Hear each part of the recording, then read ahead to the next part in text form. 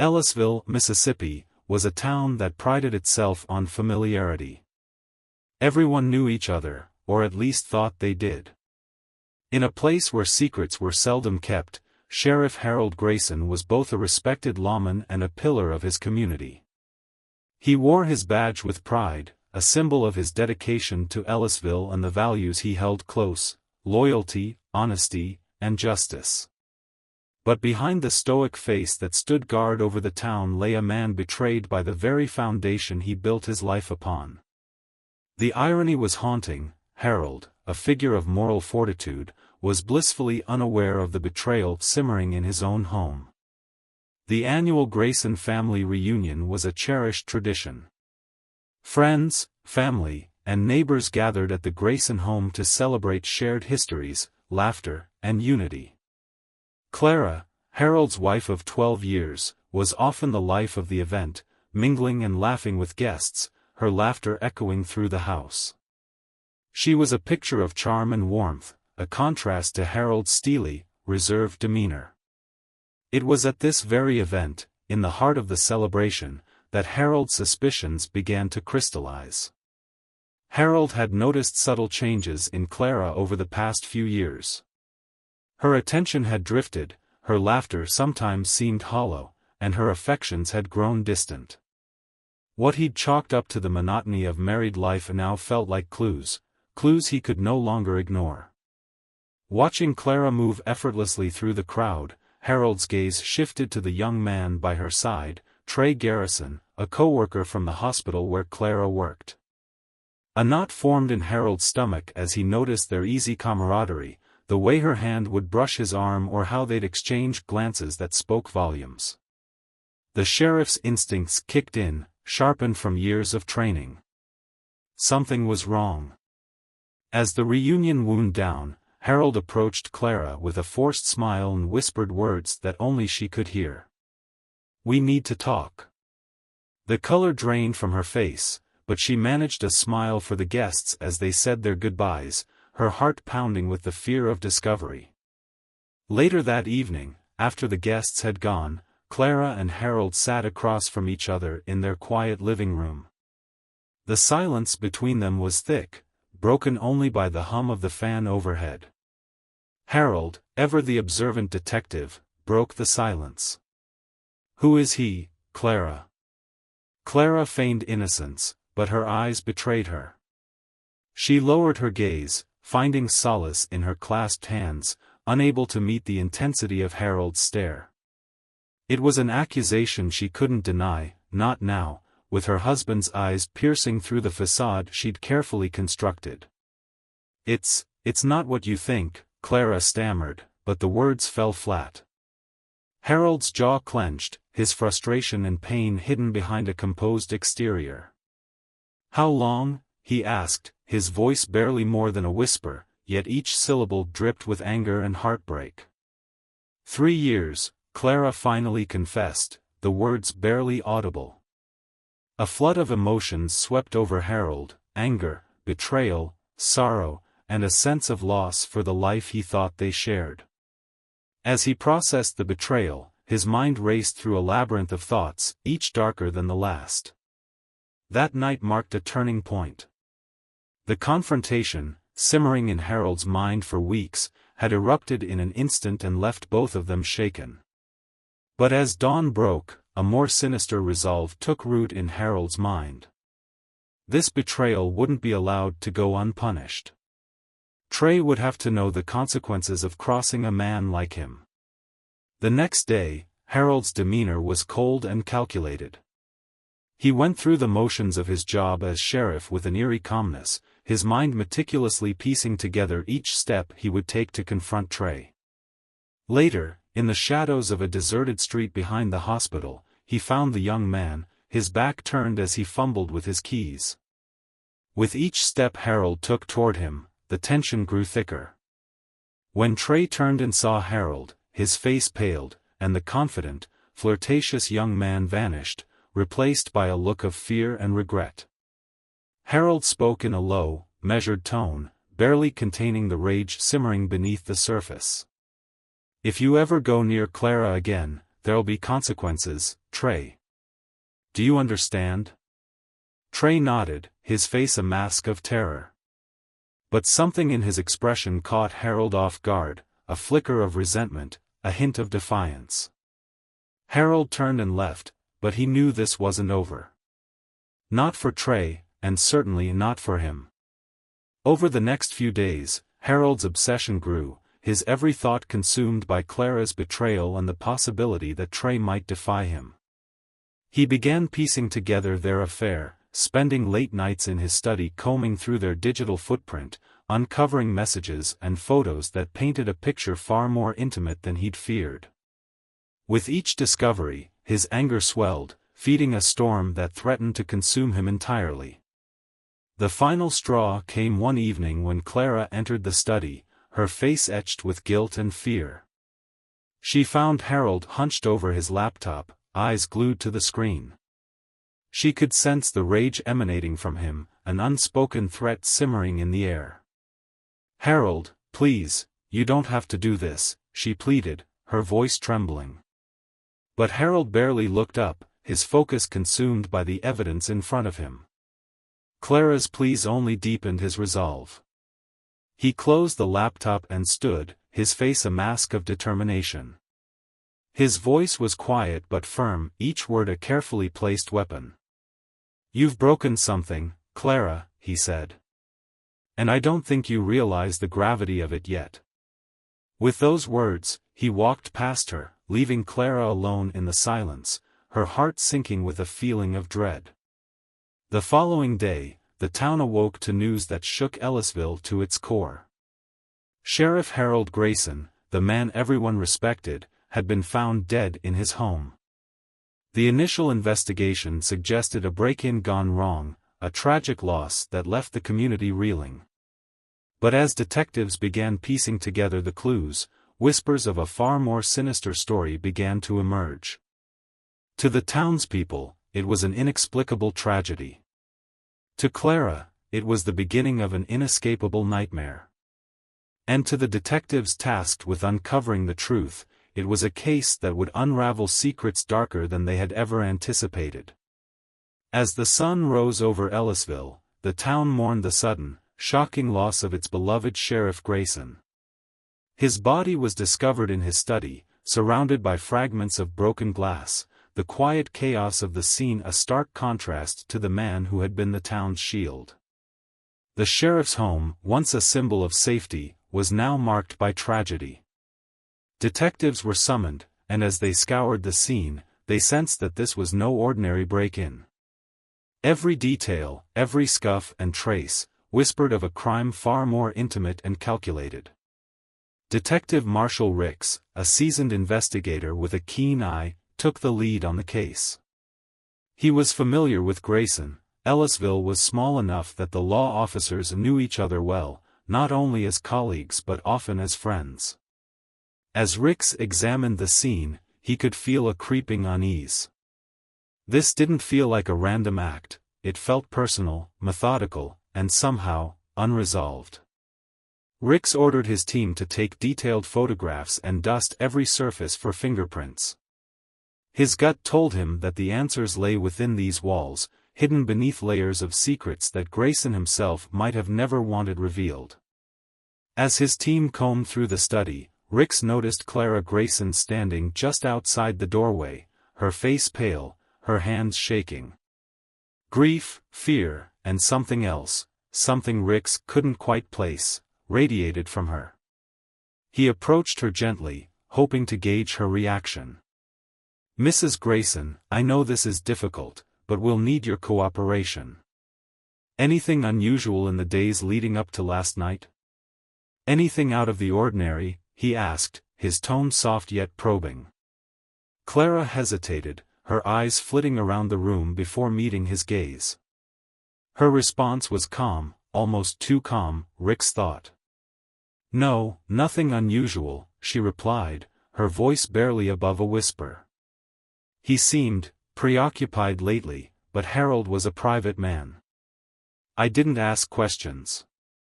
There was an eerie finality to her words, as if she'd rehearsed them.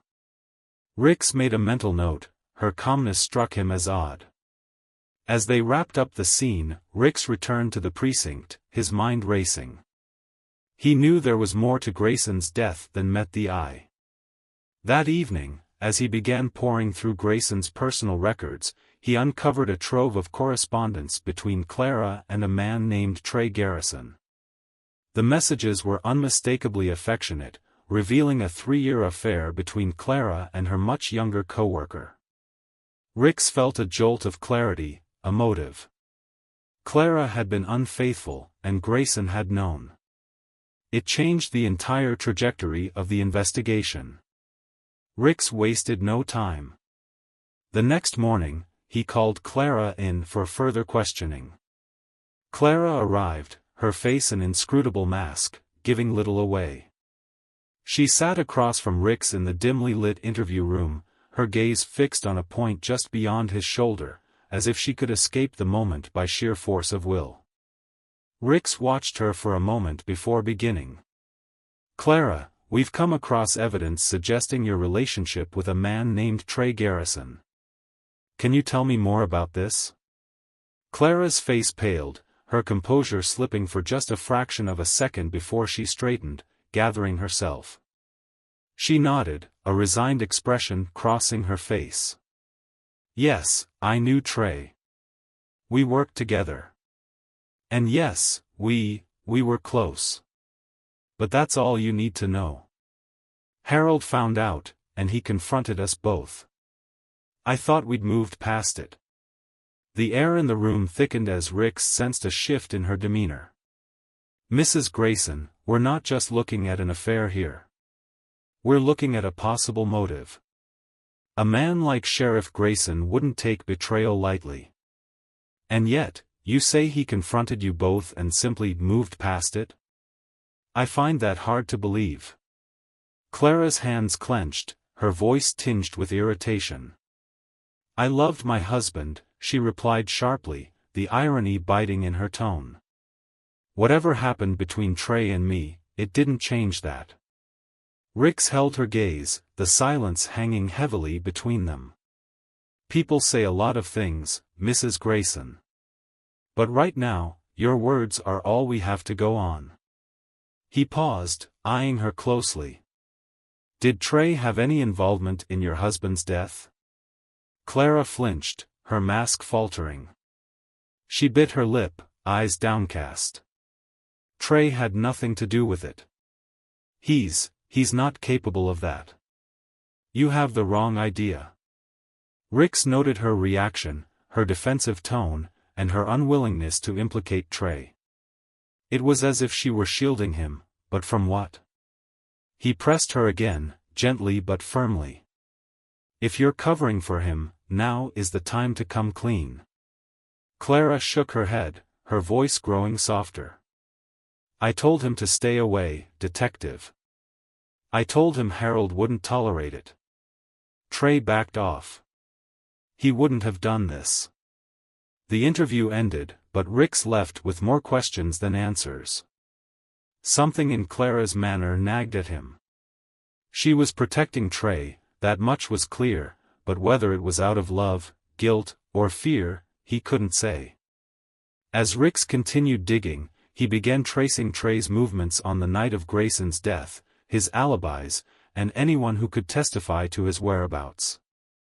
A few days later, Rix's team tracked down Trey, who had been lying low since Grayson's death. The young man was visibly nervous, his eyes darting around as Rix approached him with a mix of authority and reassurance. Rix didn't go easy on him, though. The sheriff's death demanded answers, and he wasn't about to let Trey off the hook lightly. "Trey, we know about your relationship with Clara," Rix began, watching the man closely for any sign of a reaction. Trey looked down, shame evident on his face. "I never meant for it to hurt anyone, detective. I loved her, but I never wanted this." "Did Sheriff Grayson confront you about it?" Rix continued, his tone pressing. Trey nodded, swallowing hard, his hands twisting in his lap. "He did. He found out, and he warned me to stay away." I wanted to, but Clara, he trailed off, his voice cracking. She didn't let me go. Rick's eyes narrowed as he detected a glimmer of bitterness beneath Trey's anguish.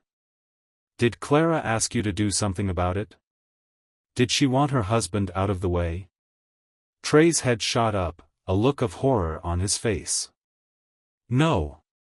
She'd never do that, he protested, but his voice lacked conviction. Ricks could see the doubt flickering in his eyes, the seeds of uncertainty Clara had planted in him. Days passed, and as Ricks sifted through the web of lies, a theory began to take shape. Clara, with her charm and calculated demeanor, could have manipulated Trey, feeding his insecurities and desires, pushing him closer to the edge until he was willing to do anything for her approval. And with Harold out of the picture, the obstacles to their relationship would disappear. But Clara's influence wasn't the only factor at play. Ricks's team discovered a series of transactions in Trey's bank account, a sizable withdrawal just a few days before Harold's death. The amount was suspicious, too large for a man of Trey's modest means. Could it be a payoff? A dark arrangement between lovers to end Harold's life and free themselves from the constraints of an unhappy marriage? As Ricks pieced together the evidence, he realized that the case was far from straightforward.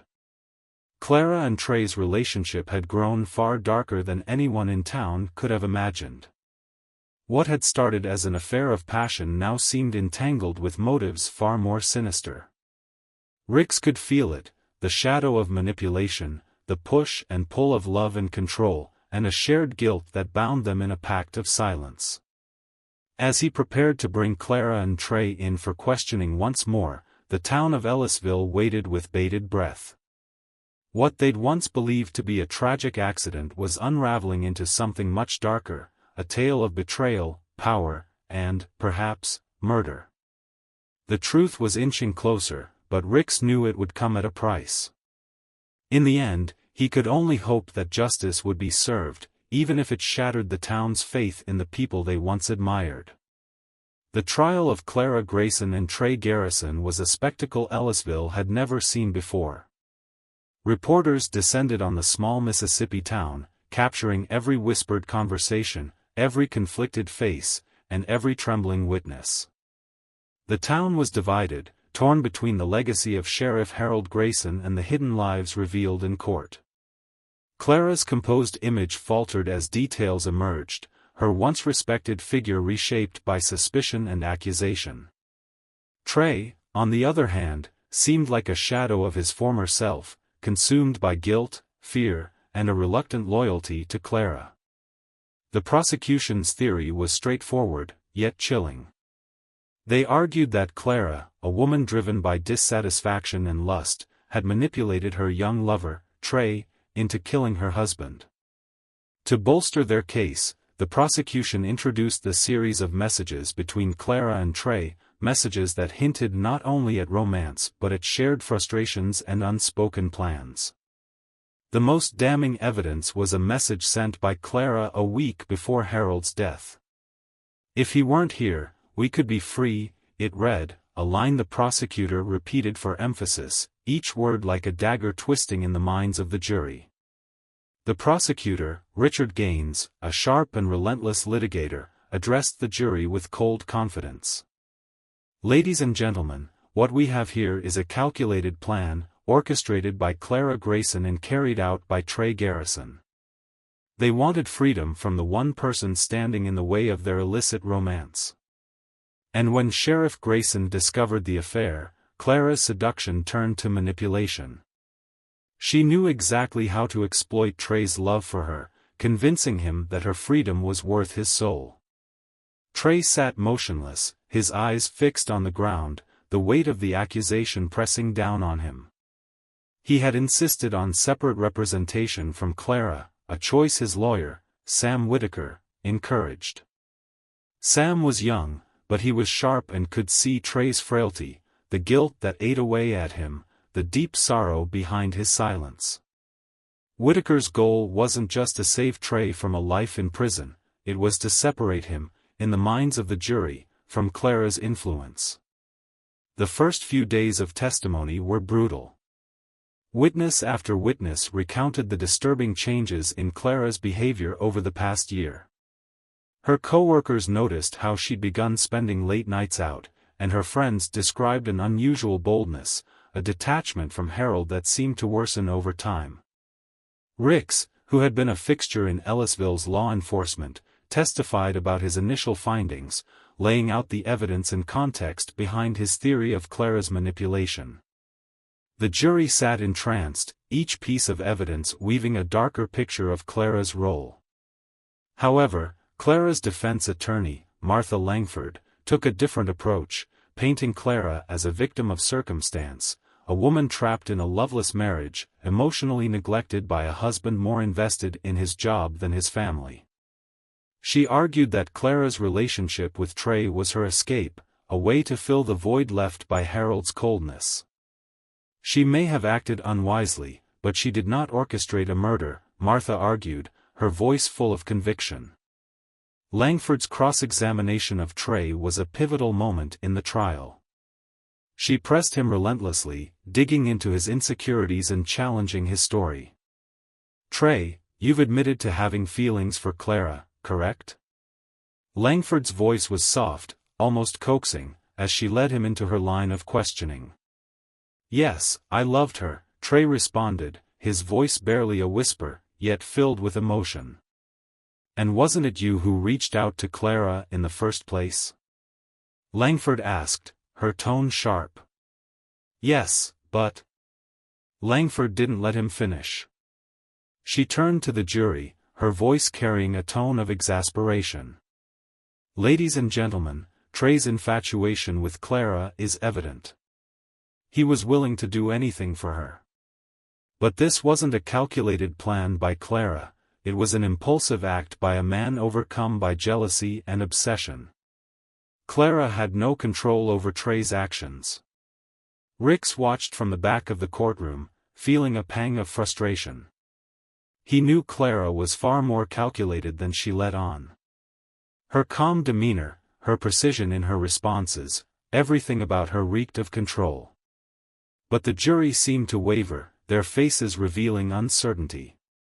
Could it be that Trey, in his young, impressionable state, had acted alone? Or was Clara the mastermind she was being painted as? The defense's strategy took a more personal turn when Clara took the stand. Martha guided her through a narrative of emotional neglect and silent suffering. Clara's voice trembled as she spoke of the loneliness, the feeling of invisibility in her own home, and the despair that led her into Trey's arms. To the jurors, she seemed vulnerable, like a woman desperate for something she couldn't find with her husband. Her tears were met with sympathetic nods, her fragility a stark contrast to the calculated seductress the prosecution had portrayed. Yet, just as Clara's testimony began swaying the jury's sympathies, the prosecution dropped a final bombshell: Clara's financial records. Gaines displayed the suspicious transactions leading up to Harold's death, including a sudden withdrawal of a significant sum. The prosecution argued that this money had been earmarked for Trey, a payment for his loyalty and silence. Clara denied the accusations, insisting the funds were for a personal investment, but the evidence cast a long shadow of doubt. The climax of the trial came when Trey finally broke down on the stand. Under pressure from both attorneys, Trey confessed that, on the night of Harold's death, Clara had called him, her voice shaking, asking him to take care of things. The vague implication hung heavily in the air, a confession that sealed his fate. His loyalty to Clara had been his undoing. In a final plea to the jury, Whitaker argued for Trey's innocence in planning the murder, asserting that he had been manipulated by a woman who knew how to prey on his vulnerabilities. Gaines countered by asking the jury to consider the chain of events leading to the sheriff's death, urging them to remember the messages, the secrets, and the lies. The jury deliberated for hours, torn by the complex web of motivations, emotions, and power struggles that had surfaced in the trial. Outside the courthouse, the townspeople gathered, whispering and speculating about the verdict. Clara's former friends, neighbors, and colleagues watched with bated breath, grappling with the loss of innocence in the face of such a scandal. When the verdict was finally announced, it sent shockwaves through Ellisville. Trey was found guilty of second-degree murder, the jury convinced that he had acted under the influence of his obsessive love for Clara but without premeditation. Clara, however, received a lesser sentence, found guilty of accessory to the murder but escaping a charge of first-degree murder. The jury remained divided on whether she had directly orchestrated the crime, though her role was undeniable. As the sentence was read, Clara sat expressionless, her once charming mask firmly in place. Trey looked crushed, his spirit broken.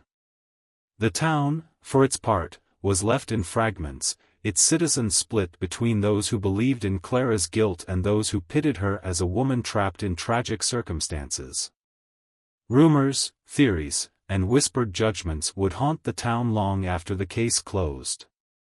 Detective Ricks lingered in the empty courtroom, staring at the spot where Clara had sat, wondering if justice had truly been served. He had solved countless cases, yet this one left him with an unease he couldn't shake. Clara's quiet, calculating gaze stayed with him, as if she knew something he'd never uncover, a truth buried deeper than any evidence, known only to her and lost with the life of Sheriff Harold Grayson. As he walked out of the courtroom, Ricks knew that Ellisville would never be the same. The town had looked to its sheriff for justice, but in the end, his murder left them questioning the very fabric of loyalty, love, and truth. Months passed after the verdict, but the people of Ellisville were left in the shadow of Sheriff Grayson's death and the haunting scandal it revealed. The whispers never ceased, Clara Grayson had become a ghost in her own right. Though she'd avoided a life sentence, the reality was hardly better. She lived in near isolation, shunned by the community, her home a constant reminder of both Harold's absence and the twisted love that led to his death. Trey, meanwhile, languished in prison, his young life sacrificed to Clara's manipulation and his own blind passion. Yet, despite the physical separation, an invisible thread seemed to tie the two together, forever bound by their shared secrets and regrets. Detective Ricks, too, struggled to move on. The case had felt unfinished, an echo of unease lingering with him. He had reviewed every note, every piece of evidence, long after the courtroom had emptied. In his mind, Clara's influence seemed undeniable, yet her precise role remained elusive. Her portrayal as both manipulative and vulnerable, cunning and victimized, gnawed at him. He had spent years reading people, catching lies in the flick of an eye or the curve of a smile. But Clara was a rare enigma, her intentions wrapped in layers of calculated mystery. One evening, as he sifted through his files at home, Ricks received an unexpected call. The voice on the other end was soft, tentative. It was Clara. "Detective Ricks. I need to speak to you. Please." "Just once," she said, her voice wavering. Ricks felt a jolt of surprise, but also a strange anticipation. Against his better judgment, he agreed. They arranged to meet in a quiet diner on the outskirts of town, away from the prying eyes and whispers of Ellisville. Clara arrived shrouded in a dark coat, her face obscured beneath a wide-brimmed hat. She looked older, wearier, yet her gaze was as sharp as ever. They sat across from each other, silence stretching between them, the hum of the diner filling the space. Finally, Clara spoke, her voice low and guarded. "You don't believe the verdict, do you?" she asked, her eyes probing, as if searching for an answer she already knew. Ricks held her gaze, resisting the urge to confirm her suspicions. "The verdict is what it is, Clara. It's what the jury decided," he replied, his tone neutral. Clara leaned in, her voice barely above a whisper. "What if I told you there's more to this than what they found?" What if I told you that Harold had secrets of his own? Rix raised an eyebrow, his curiosity piqued. Clara's words felt like bait, carefully designed to pull him back into the case. Harold was a respected man, Clara. What secrets are you talking about? Clara's lips curled into a faint, bitter smile. Respect only gets you so far, detective. Harold was obsessed. He didn't just know about my affair with Trey, he dug into every aspect of my life. My family, my friends, every movement I made, he knew it all. He was suffocating me, she said, her voice trembling with a mix of anger and sadness. Rix listened, a chill creeping down his spine. He knew Harold as a dedicated sheriff, but he hadn't considered the possibility of him being controlling in his personal life. Clara's story painted a different picture, one of a man consumed by his need to control, to possess. Why are you telling me this now? Rix asked, his suspicion growing. Why didn't you say anything during the trial? Clara sighed, a look of resignation crossing her face. Because no one would have believed me. The town loved him, worshipped him. And me? I was the adulteress, the heartless woman who betrayed her husband. She paused, her eyes distant. I was never innocent, detective. But Harold, he pushed me to it. Rix felt himself drawn into her story, her words weaving a tapestry of betrayal, resentment, and a love long corroded. It was as if she were handing him the last piece of a puzzle he hadn't even known existed. But something still didn't sit right. Clara was too calm, too deliberate in her revelation, as if she had rehearsed every word. Did you manipulate Trey? He asked bluntly, cutting through her narrative. Clara's expression faltered, but only for a second. She shook her head slowly. I didn't have to manipulate him. Trey was desperate for someone to see him, to care. He loved me in a way Harold never could. But he acted on his own. I never asked him to do anything, she replied, her words carefully chosen, each syllable steeped in a practiced ambiguity. As the conversation continued, Rix found himself questioning not only her story but the very nature of truth in the Grayson case. Clara's account twisted his perceptions, casting shadows where once he'd thought there was clarity. He could feel her pulling him back into her web, her words like a spider spinning a silken thread. After an hour, Clara finally rose to leave, but before she walked away, she left Rix with a final cryptic message. Detective, sometimes the dead have a way of keeping their secrets, no matter how much we try to uncover them. I hope you find your peace with this. I already have. With that, she disappeared into the night, leaving Rix alone with a nagging feeling of incompletion. He stared down at the table, replaying her words, each phrase loaded with a duality that left him unsettled. In the following weeks, Rix found himself haunted by Clara's parting words. He scoured Harold's records, hoping to unearth something that might confirm or disprove Clara's story.